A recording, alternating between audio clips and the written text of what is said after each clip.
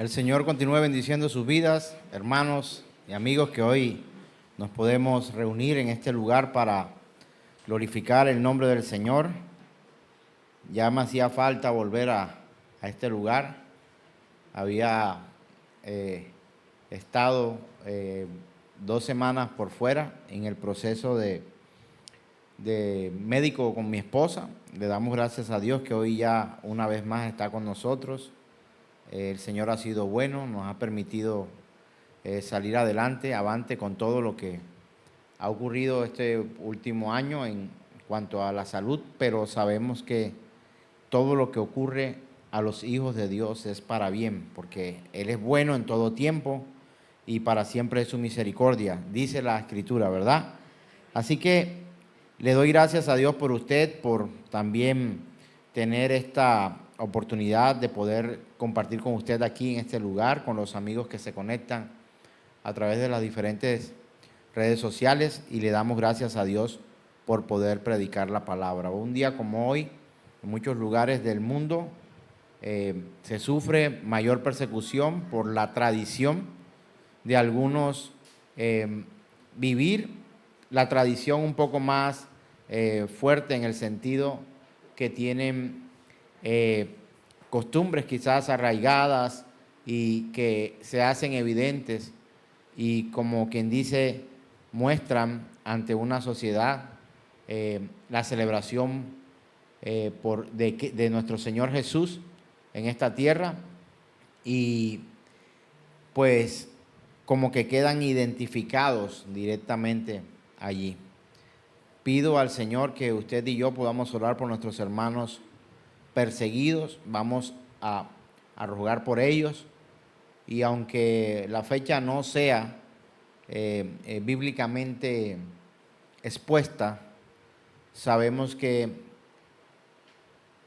glorificar al Señor no tiene fecha en el calendario, su nombre, y dar gracias a Dios por lo que Él ha hecho al enviar a su Hijo Jesús al mundo. Gracias, Señor, por cada hermano que está en cualquier lugar del planeta y que da gracias a ti, Señor, porque un día enviaste a Cristo, a Jesús, a nuestro Señor Jesús, el Cristo, para que fuéramos salvos. Algunos hoy lo celebran, algunos hoy, Señor, viven la persecución, y te suplicamos por nuestros hermanos de la iglesia perseguida, que les puedas guiar, les dé sabiduría, entendimiento, para que puedan avanzar en la predicación del Evangelio. Gracias te damos, Señor, por este tiempo que vamos a compartir tu palabra, y que sea revelación a cada uno de nosotros. En Cristo Jesús, y decimos amén. Había comentado que aunque el día, la fecha del nacimiento de Jesús como tal no está estipulado en la Escritura, se sacan algunas cuentas por la parte geográfica, por la parte astronómica. Ojo, astronómica, no astrológica, que se sepa bien comprender el mensaje. Astronómica tiene que ver con los astros, la aparición de la estrella, todas estas cosas. Algunos dicen, apuntan a que esta fecha es como quien dice, la fecha real. Pero si así fuera o si así no fuera, independientemente de que sea el 24 o 25 de diciembre o fuera en el mes de diciembre, nosotros celebramos es que un día Jesús vino a la tierra. Él tomó forma de hombre, se entregó a sí mismo para venir aquí y hacerse uno como nosotros. Tomó forma de hombre y glorificó al Padre en esta tierra. Esto es lo más importante de que celebremos nosotros la Navidad. La verdadera Navidad tiene nombre propio. Su nombre es Jesús. La Navidad es Cristo, el Señor nuestro. Esa es nuestra Navidad.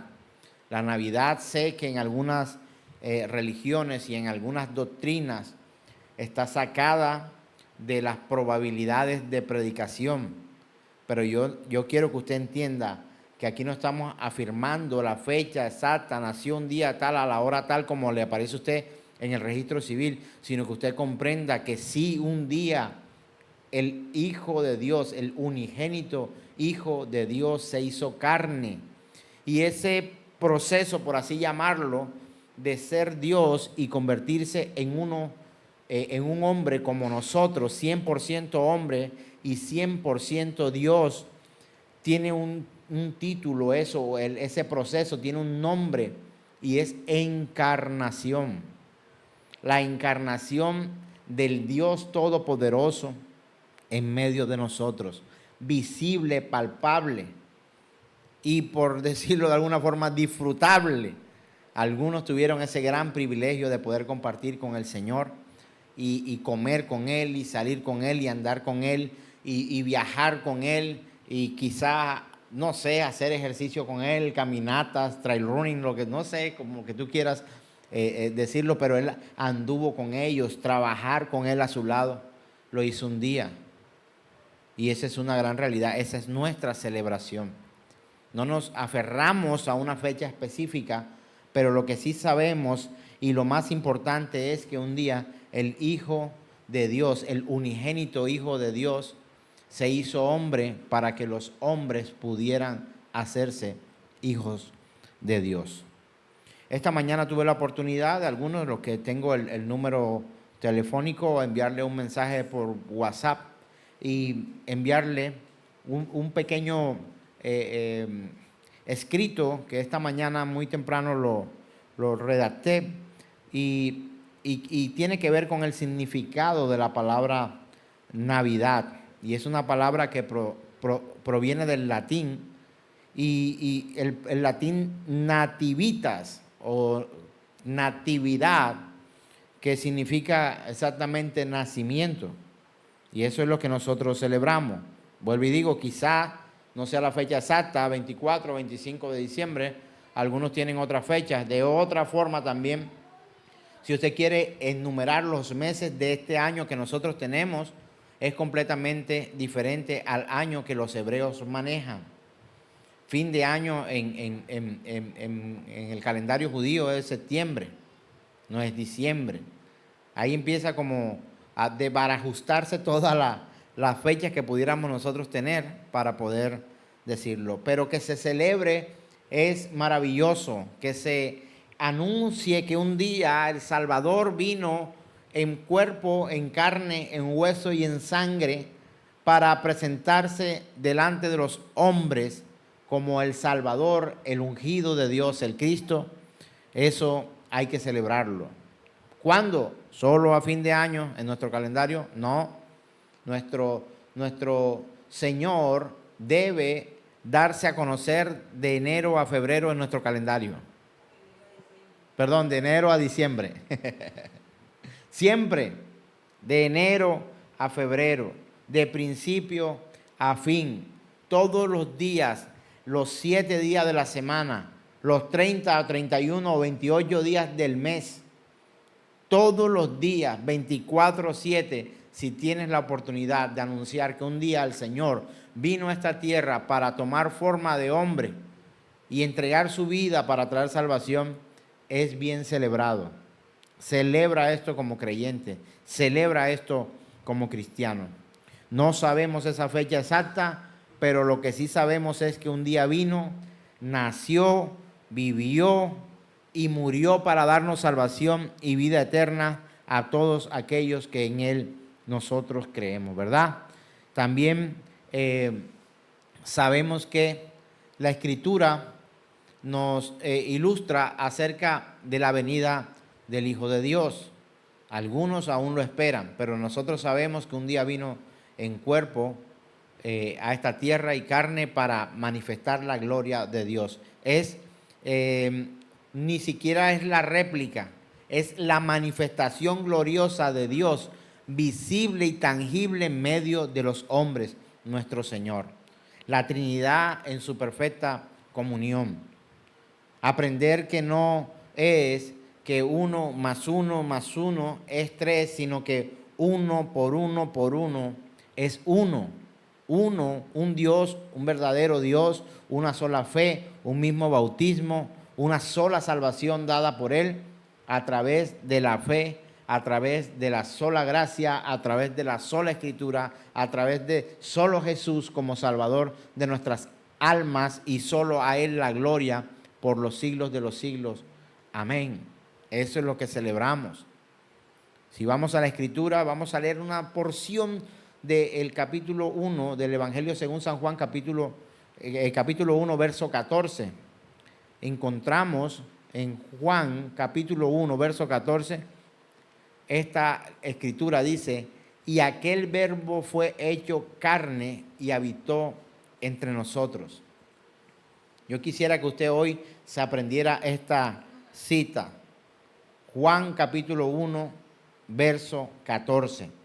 Y aquel Verbo fue hecho carne y habitó entre nosotros. Yo quisiera que usted lo repitiera ya sin leerlo. Dígalo conmigo a la 1, a las 2 y a las 3. Y aquel Verbo fue hecho carne y habitó entre nosotros. Ahora vamos a decirlo al compañero, al hermano que está al lado. Y aquel Verbo fue hecho carne y habitó entre nosotros. Eso es lo que debemos repetir una y otra vez para que sepamos, para que transmitamos la realidad de la Escritura, el fundamento, el poder, la manifestación gloriosa de Dios en medio de nosotros es esta. Todo lo que los antiguos aprendieron de Dios mismo, todo lo que aun cuando no había un profeta, denominado profeta o ubicado en medio de los profetas, pero que sí fueron profetas, como lo fue incluso Adán, un anunciador, un mensajero para anunciar, y Abraham, aquellos que transmitieron las verdades de Dios a sus hijos y a sus generaciones, porque sepa usted que estos profetas o un profeta es aquel que habla lo que Dios ha dicho. Un profeta no es aquel que habla lo que se imagina, o lo que siente, o lo que percibe. No, un profeta verdadero de Dios es aquel que anuncia la verdad de Dios, verificable a través de las Escrituras. No hay más, no hay más. Y esta verdad fue anunciada desde los primeros días hasta los últimos días. Será anunciada esta verdad. ¿Cuál verdad? Dígalo conmigo.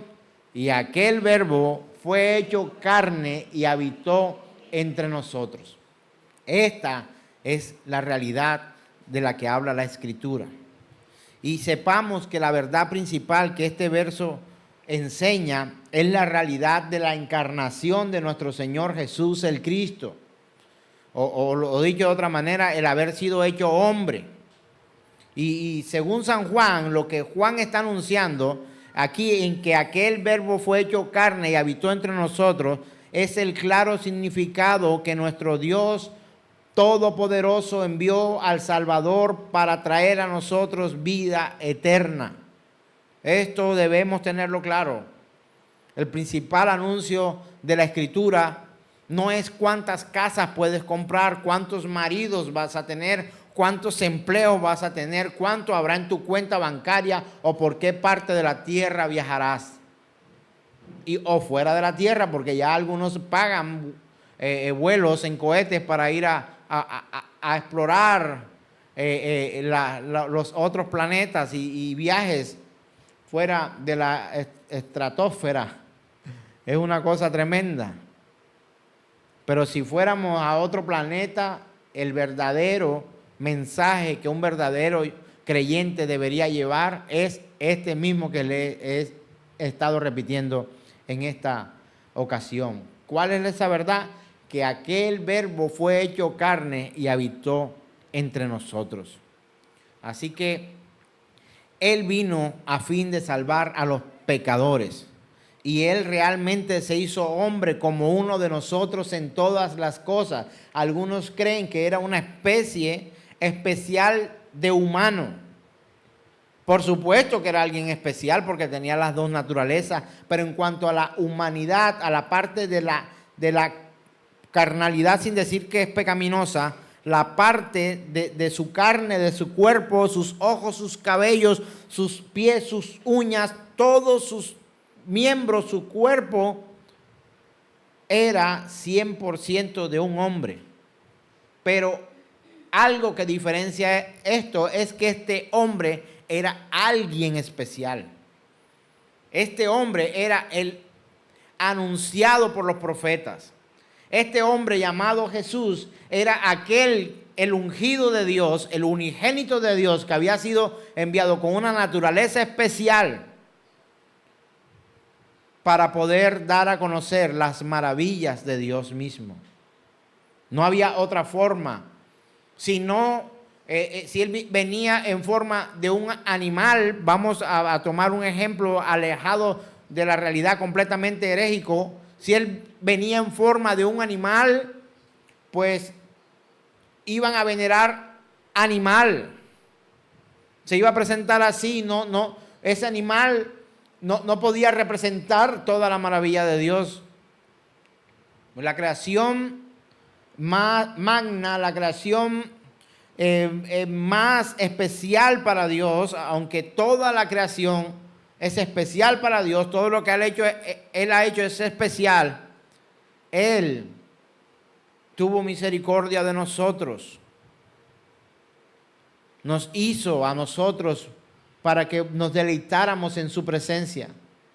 Y la única forma, no podía venir como un robot porque hubiese sido una cosa rara, no podía venir como algo que usted pudiera imaginarse de otra forma o una forma diferente a la que pudiéramos nosotros soportar. ¿Por qué?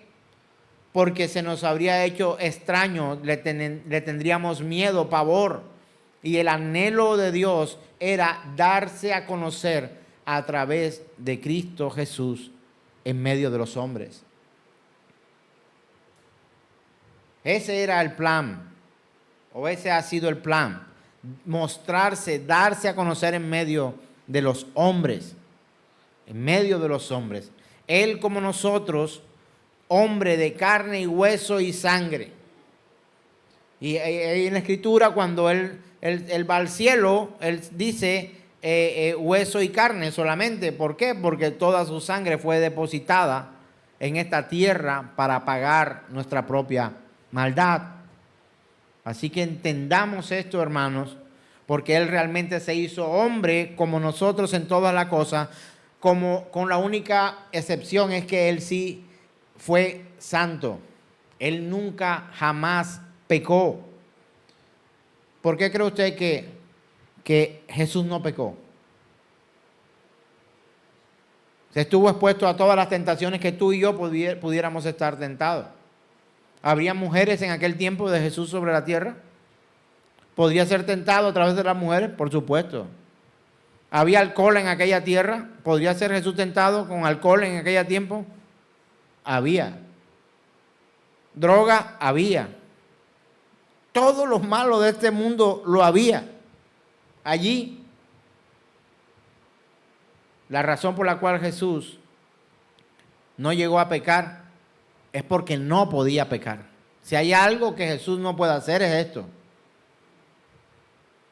Algo que Él no podía hacer era pecar, porque su naturaleza se lo impedía.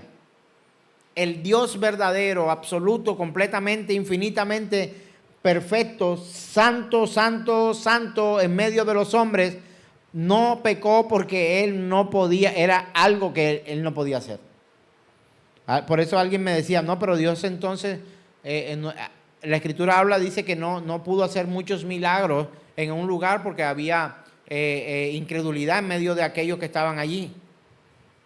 Él sí podía, pero no manifestó su gracia, su amor, su perdón, la manifestación gloriosa de Dios, las señales que Él podía hacer, sencillamente porque no quiso, porque encontró que aquellos que allí estaban no valoraban la verdad expuesta ante sus ojos. Y dice, no pudo hacer muchos milagros allí porque, ¿por qué? Por la incredulidad de ellos. Y aunque el Señor se manifiesta sobre toda la tierra y delante de quien quiere y como quiere, Él se goza en manifestar su amor y su providencia en aquellos que creen en Él. Él no podía pecar, estaba impedido. No, porque Él no tiene, ni tendrá, ni tuvo en su naturaleza la noción de maldad, porque Dios no es malo. Dios es justo, y quizá usted malentienda este tipo de afirmaciones. Una cosa es ser justo y otra cosa es ser malo. Él no podía ser infiel, era negarse a sí mismo. Él no podía mentir. Su padre es el padre de la verdad. El padre de aquellos era padre de mentira, el diablo mismo. Él no podía mentir, él no podía pecar, él no podía robar, porque el ladrón vino para hurtar, matar y destruir. Y el anuncio de Cristo Jesús era: yo he venido para dar vida, y dar vida en abundancia. Entonces, si había algo que Jesús no pudiera hacer, o podría hacer, ni puede hacer, es pecar. Pero de resto, todas las fisionomías, todo lo fisiológico, todo incluso la limitación del tiempo y del espacio, regían a Jesús. Regían a Jesús. Y el matemático me dijo, él no podía ser 100% hombre y 100% Dios, porque entonces nada es 200%, porque 100% más 100% es 200%. Pero la respuesta no es 100% más 100%, es 100% por 100%. 100% Dios, 100% hombre. Esto difícil, pueden creerlo muchos. Él era como nosotros, nació de una mujer, y aunque de una manera milagrosa, como nosotros, creció, fue un niño, fue joven, y de joven pasó a adulto, tanto en sabiduría como en estatura, como lo declara la Escritura en Lucas capítulo 2, verso 52. Así Él creció. Como nosotros, tuvo hambre, tuvo sed, comió, bebió, durmió, se cansaba, sentía dolor, lloraba, se regocijaba, se maravillaba. Era movido a ira y a compasión. Pastor, a ira. A ira. A ira sin pecado. A ira sin pecado. Y si no recuerdo lo que ocurrió con Jesús en la entrada del templo. Dice la palabra que él fue movido, se estremeció, que vio toda la cantidad de maldad que había afuera allí. Y hablaba con una de mis sobrinas hace poco y le decía, el problema no era que estaban vendiendo. De hecho, el vender cerca al templo era un beneficio para algunos que venían de lejos y necesitaban ofrecer sacrificio, y pagaban por eso para que se fuera mucho más fácil. No vendría con una vaca en el hombro, un toro, un buey, si venía a tanta distancia. El problema era que vendían la enferma, la perniquebrada, la ciega. Eso era. El problema no era que vendían ahí cerca al templo, en los atrios, a las afueras, era a las afueras. De pronto alguien considera, y algunos me han dicho, no, pero es que estoy en el atrio del templo del Señor, y no entiende que el atrio no es adentro, el atrio es afuera. El patio ahí. Y se vendía. El problema no era que se vendía, el problema era que robaban. El problema era que engañaban. Compraban una libra de flor de harina y le vendían 80 gramos menos. Pesas falsas. Ese era el problema. Y por eso él dijo, han convertido la casa de mi padre en cueva de ladrones. Y se airó. Y la Escritura más adelante usted lee que dice, airaos, pero no ¿qué? Y es que no, el problema no es que tú no te enojes. El problema es que tú mantengas el enojo siempre. Y el problema es que te enojes primero sin causa, una de las primeras razones. Y lo otro es que algo te puede caer mal, pero no significa que tengas que pecar. Él no pecó en nada, absolutamente nada. Como nosotros nació, lo repito, de una mujer, aunque de una manera milagrosa, como nosotros creció de niño a joven, de joven a adulto, en sabiduría, en estatura, tuvo hambre, tuvo sed, comió, bebió, durmió, se cansó, trabajó, sintió dolor, lloró, se regocijó, se maravilló, oraba, leía las escrituras y sufría al ser tentado y sometía su voluntad al Padre. Gran diferencia en medio de nosotros. Admítalo hoy o no. ¿Qué nos es más fácil? ¿Rendir nuestro deseo pecaminoso a Dios, a la voluntad de Dios? ¿O rendir nuestro deseo pecaminoso a la tentación? ¿Qué hacemos? Es ahí la gran diferencia. Es ahí la gran diferencia. Así que Él mismo sufrió y derramó su sangre por nosotros. Realmente murió. Realmente fue sepultado. Realmente resucitó y realmente Él ascendió al cielo. Y sin embargo, durante todo este tiempo, Él era Dios y también era hombre. Él nació. Es más, yo creo que no un 24 o un 25, no lo sé. De hecho, nunca tuve en la tradición, realmente siempre me preguntaba, bueno, según la tradición, el Señor Jesús nació el 24 o el 25. Y le voy a decir por qué me estaba confundido. Porque yo esperaba el 24 para que me pusieran regalos, como si el, entre comillas, niño Dios me lo traía. Y en casa había un pesebre. Y el niño no lo colocaban, sino hasta que esta fecha llegaba.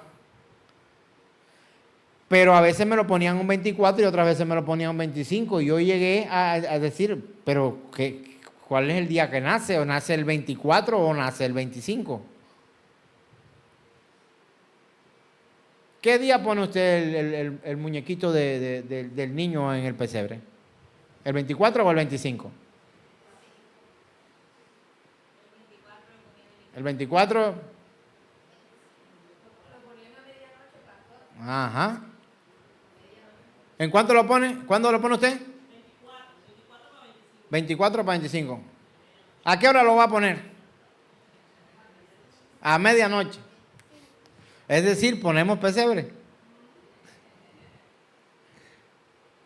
Y sabe una cosa, si alguien se enterara de algunos hermanos que colocan pesebres en su casa, lo primero que harían es señalar idólatra. ¿O no? ¿O cuánto consideran que es idolatría tener un pesebre? Ah, tienen miedo ahora con la hermana, que ha sido honesta. Te digo algo. Si tienes algo que enseñar a tus hijos, el ejemplo habla mucho más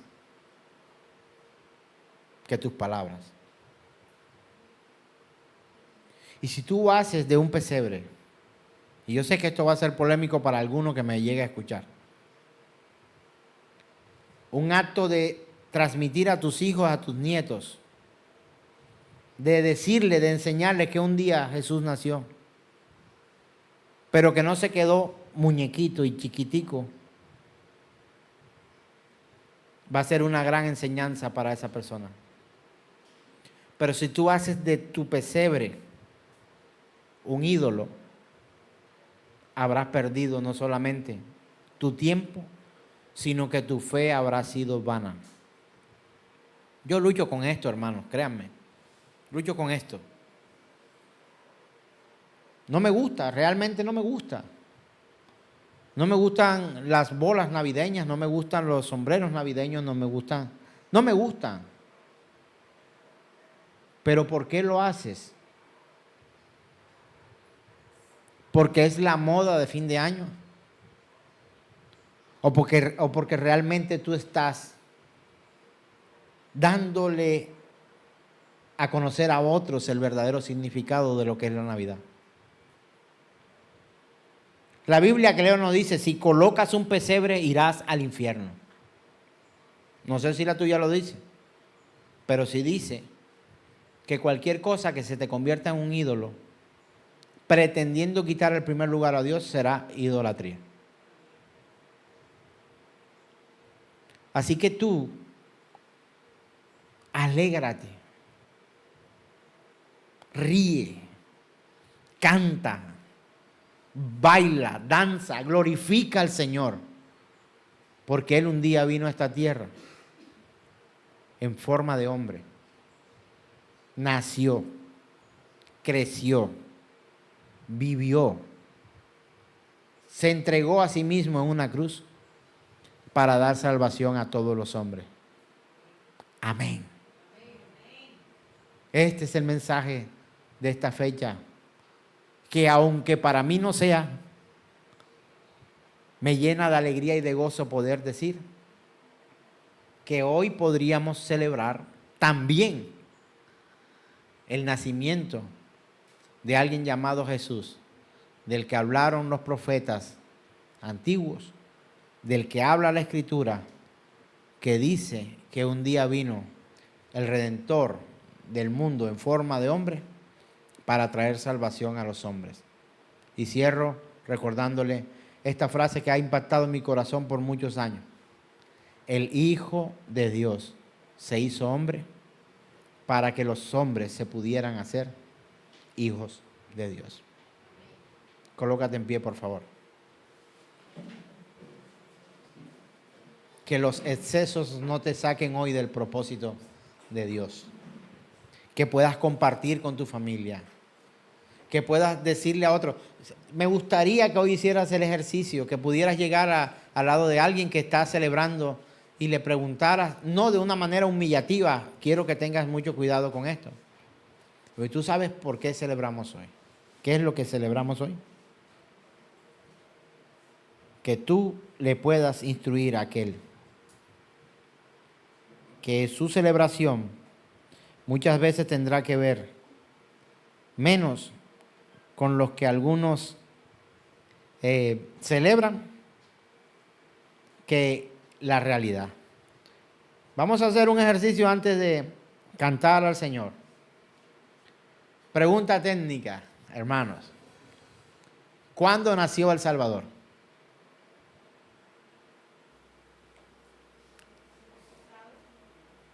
¿Sabemos cuándo nació Jesús? Yo no lo sé. Lo que sé es que nació. Eso es lo más importante. Respóndame esta pregunta. ¿De quién nació El Salvador? ¿Quién le engendra? El Señor Dios Todopoderoso, el Espíritu Santo. Muy bien. ¿Quién lo pare? La Virgen, una Virgen llamada María.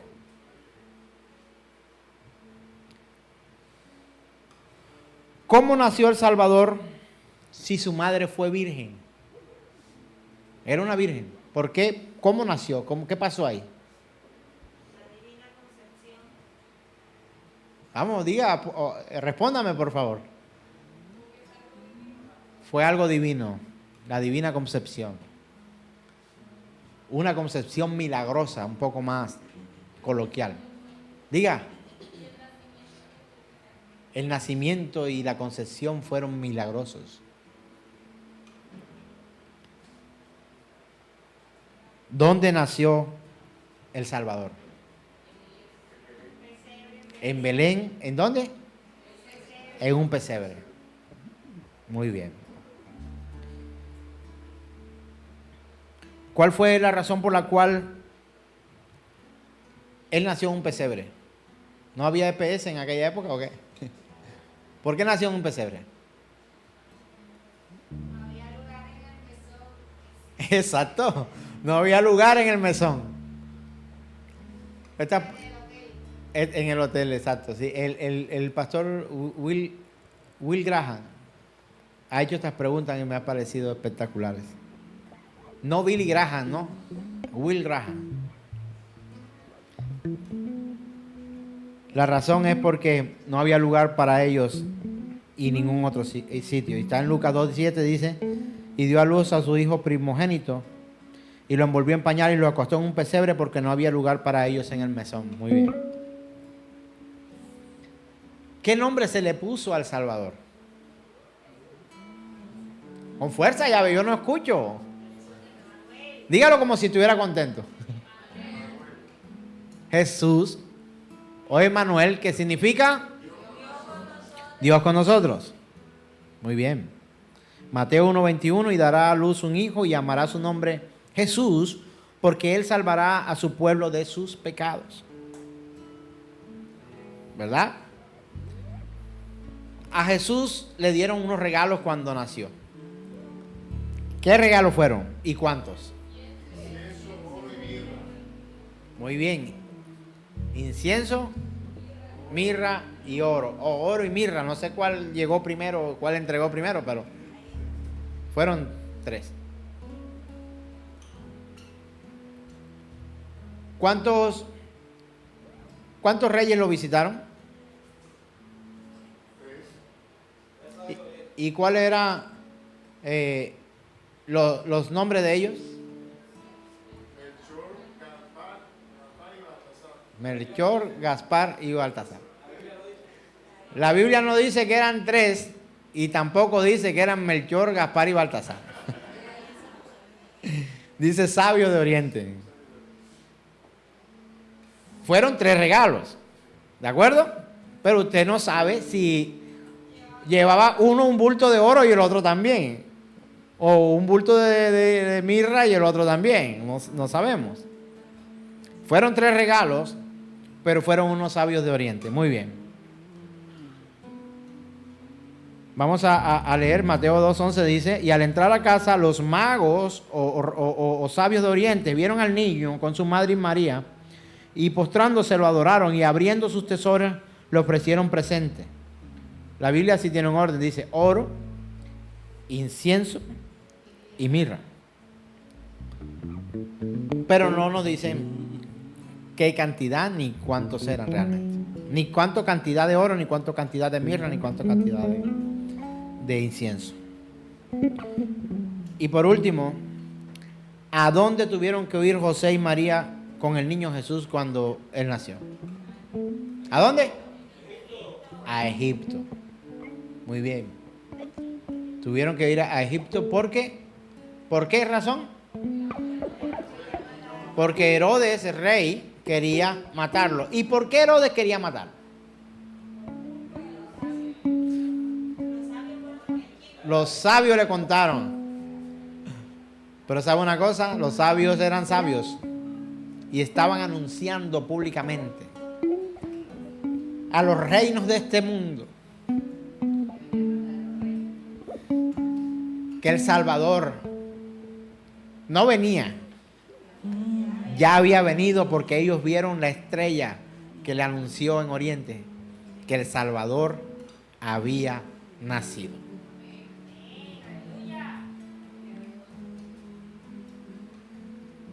Mateo capítulo 2:13 dice, después partieron con los magos. He aquí un ángel del Señor se le apareció en el sueño a José y le dijo, levántate, toma al niño y a su madre y huye a Egipto y permanece allí hasta que yo te diga, porque acontecerá que Herodes buscará al niño para matarlo. Pregunta final, ¿por qué Herodes quería matar al niño? ¿Por qué? Porque él, al ser rey, no solamente tuvo temor, sino envidia de que alguien pudiera venir a quitarle el trono. Y quiero finalizar esta parte de la exposición de la Escritura. El trono y el reino que se le ha dado a nuestro Señor es sempiterno. Nunca jamás será quitado, sino que será establecido un día. en esta tierra y en todo rincón del universo. Y todo ojo lo verá. Toda lengua, toda nación, todos se postrarán, toda rodilla se doblará y confesarán que Jesús es el Señor, para la gloria del Dios Padre. Amén, amén y amén. Esa es la Navidad. Hermano, ¿usted no le alegra esto? A mí me alegra sobremanera. Así que cantemos y adoremos al Señor, Dios grande y todopoderoso. Amén, aleluya.